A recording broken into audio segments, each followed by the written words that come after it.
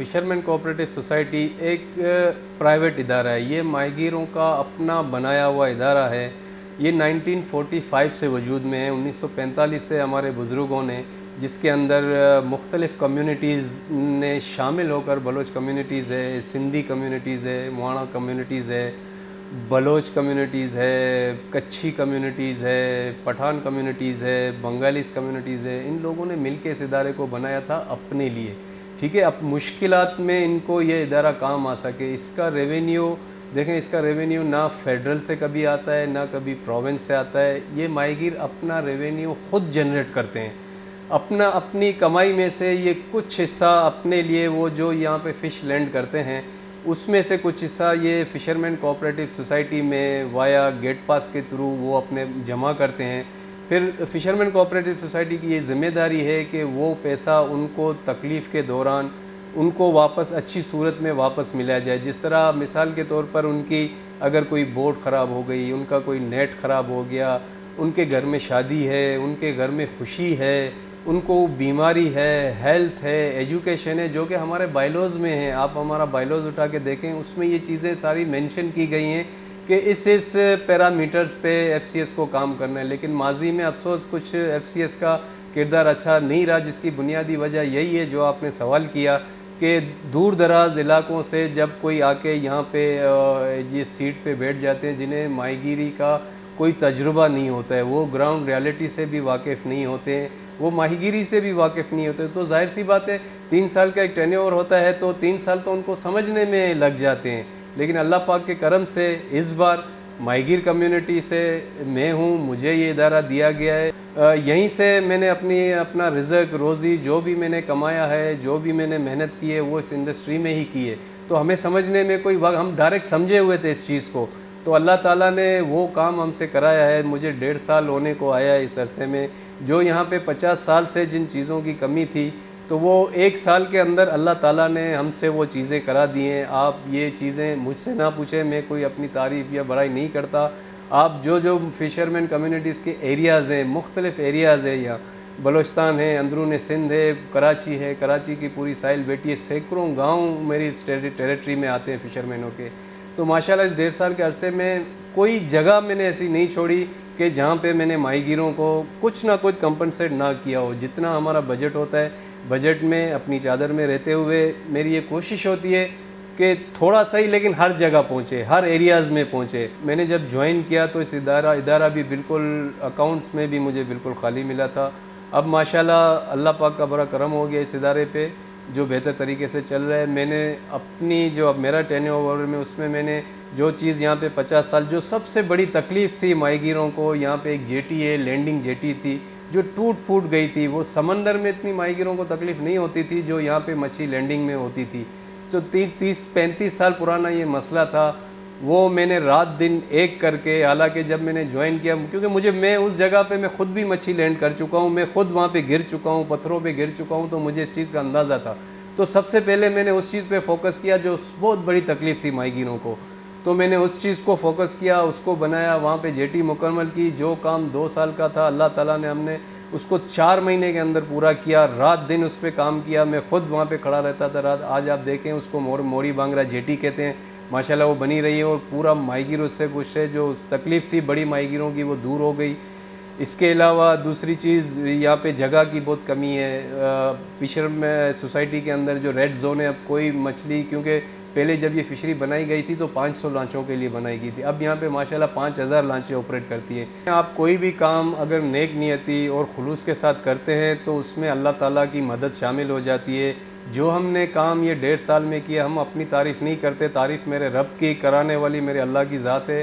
اگر کوئی کام آپ نیک نیتی سے کرو تو کوئی مشکل نہیں ہے، اللہ تعالیٰ کی ایسی مدد شامل ہو گئی. جب میں نے یہ، اس کی مثال میں آپ کو دیتا ہوں، جب میں نے یہ 26 اگست 2021 کو یہ ادارہ جوائن کیا تو اس وقت میرے ادارے میں صرف 13 لاکھ روپے تھے. ٹھیک ہے، اور مجھے 4 دن بعد مجھے 2.5 سے 3 کروڑ پہ سیلری پے کر، کیونکہ بہت بڑا اسٹاف ہے فشرمین کوآپریٹو سوسائٹی کا، اس کے اپنے بھی ایکسپنسز ہیں، اخراجات ہیں. تو ماشاءاللہ اللہ تعالیٰ نے وہ 15 دن کے اندر ہمیں وہ چیز کر دی جو ہم اس کو پہلی طرح ماضی میں 2-3 مہینے امپلائیز کو تنخواہیں بھی نہیں ملتی تھی. جب سے میں آیا ہوں، پہلی تاریخ کو انہیں تنخواہ مل جاتی ہے. تو انشاءاللہ تعالیٰ اور مزید جو کام مطلب 50 سال میں نہیں ہوئے وہ 1.5 سال کے عرصے میں کر, اور ہم مزید جتنا ٹائم اللہ تعالیٰ نے دیکھیں یہ سیٹیں آنے جانے والی چیز ہوتی ہیں, جتنے دن میں یہاں پہ ہوں اللہ تعالیٰ نے جتنے دن مجھے یہاں ذمہ داری رکھی ہے, تو مزید اور فشرمین کوآپریٹو سوسائٹی کے لیے, اس ادارے کی امیج کے لیے اور ماہی گیروں کی آسانی کے لیے. دیکھیں میرا فوکس سب سے پہلے میرا ماہی گیر ہے, فشرمین جو ہے, جو اسٹیک ہولڈر ہے, جو اس ادارے کا مالک ہے, یہاں کا مالک صرف ماہی گیر ہے, تو ان کے لیے میں آسانی پیدا کروں, ان کے لیے کس طرح آسانی, میرا فوکس زیادہ تر اس چیز پہ رہتا ہے. تو انشاءاللہ تعالیٰ اللہ تعالیٰ کی مدد رہے گی, میں اس کو اور مزید بہتر جگہ پہ اس کو لے جانا چاہتا ہوں. میں تو فشرمین کوآپریٹو سوسائٹی ماہی گیروں کا قدیمی ادارہ ہے, بلکہ یہ کہنا چاہیے کہ پورے پاکستان میں ماہی گیروں کا ایک ہی ایسا ادارہ ہے جو ماہی گیروں نے پاکستان بننے سے پہلے ہی اس کے قیام کو عمل میں لایا. تو یہ ادارہ اب تک موجود ہے, اور یہاں خاص طور پر ماہی گیروں کے جو کیچ ہوتی ہے اس کی لینڈنگ ہوتی ہے, ان لوڈنگ ہوتی ہے, اور ایک طرح سے یہ بڑا فیسلٹی فراہم کرنے والا ادارہ ہے. بنایا اس لیے گیا تھا کہ تاکہ ماہی گیروں کی امداد باہمی کی جا سکے, ویلفیئر کیا جا سکے. لیکن افسوس کہ جیسے جیسے حالات دن گزرتے گئے اس جو اپنا ان کے مقاصد تھے وہ پورے نہیں ہو رہے. اسی لیے آپ آربر اور یہاں پر دیکھتے ہیں کہ بہت سارے ماہی گیر اس پر گلا شکوہ بھی کرتے ہیں کہ ابھی جو فشرمین کوآپریٹو سوسائٹی ہے وہ ماہی گیروں کی جو نمائندہ تنظیم نہیں ہے, کیونکہ یہاں پر الیکشن ہونے چاہیے, ماہی گیروں کے نمائندے آنے چاہیے, تو وہ ماہی گیروں کے ویلفیئر کی بات کریں, ان کے لیے کچھ بہتری کریں, وہ اس کی کمی ہے. اوورآل آپ دیکھیں کہ یہ ادارہ پورے پاکستان میں اور پورے کراچی میں آپ دیکھیں کہ ماہی گیروں کے حوالے سے جانا پہچانا جاتا ہے.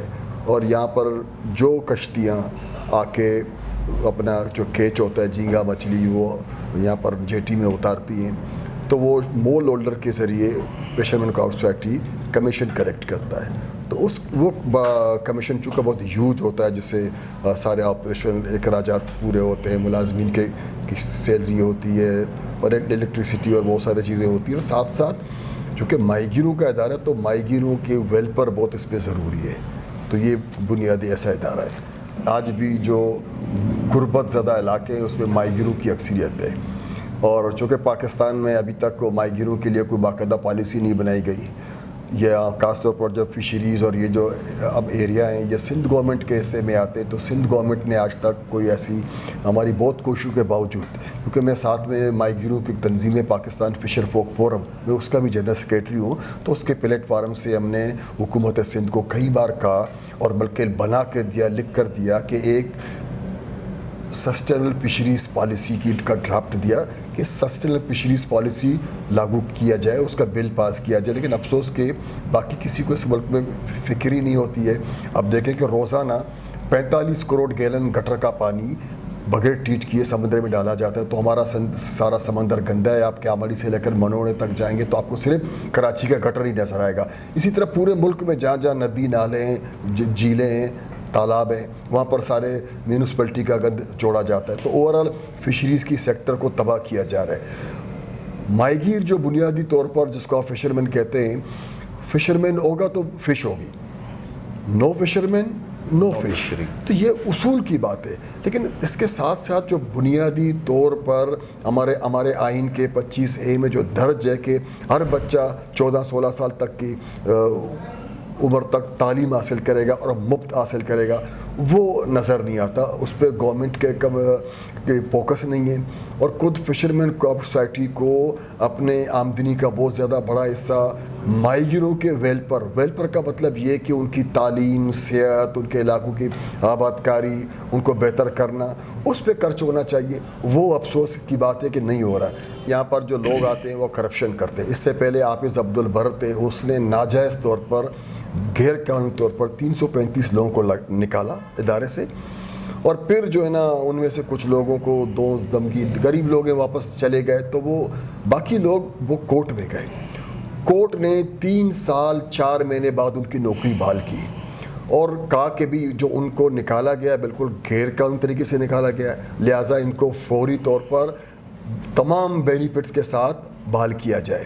لیکن اب جو موجودہ ایڈمنسٹریٹر ہے تو یہ وہی جو حافظ عبدالبر کی جو ٹیم ہے اور وکلاء ہیں ان کی باتوں پہ بالکل ساتھ چلتے ہوئے ان کو لینے سے انکاری ہیں.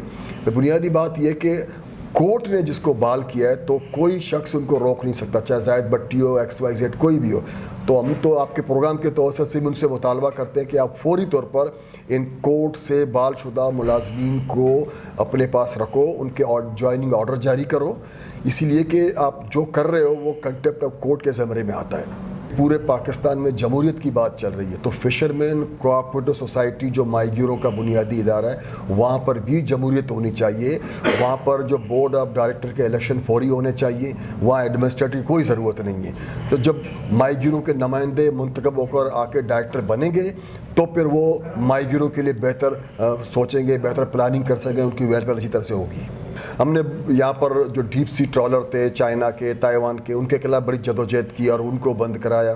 اسی طرح ہم سسٹینیبل فشریز, ایک پائیدار فشریز پالیسی پر مسلسل کام کر رہے ہیں. حکومت کو چاہیے کہ فوراً اس کو قانونی شکل دے تاکہ اس ملک میں مچھلی کے پیداوار کو مستقل بنیاد پر قائم رکھا جائے, نقصان دہ جالوں پر پابندی لگایا جائے, اور خاص طور پر میں بتا دوں مینگروز کی کٹنگ کو روکا جائے, اور سمندر میں اور دریاؤں جھیلوں میں جو یہ کروڑوں گیلن گٹر کا پانی ہے اس کی روک تھام کی جائے.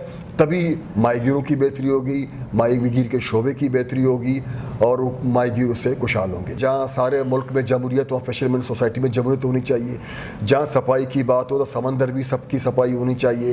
جہاں ہم لینڈ مافیا کی بات کرتے ہیں, جہاں ووڈ مافیا کی بات کرتے ہیں, تو ہم یہاں کہتے ہیں کہ بھی مینگروز کی کٹنگ اور سمندر کے زمین کو قبضہ کرنا بھی یہ دونوں اسی زمرے میں آتا ہے, ووڈ مافیا اور لینڈ مافیا کے زمرے میں آتا ہے. لہٰذا یہ نہیں ہونا چاہیے. حکومت سے ان سے خاص طور پر یہ کہ آپ فوری طور پر ٹریٹمنٹ پلانٹ لگا کر سمندر میں گندا پانی چھوڑنا چھوڑ دیں.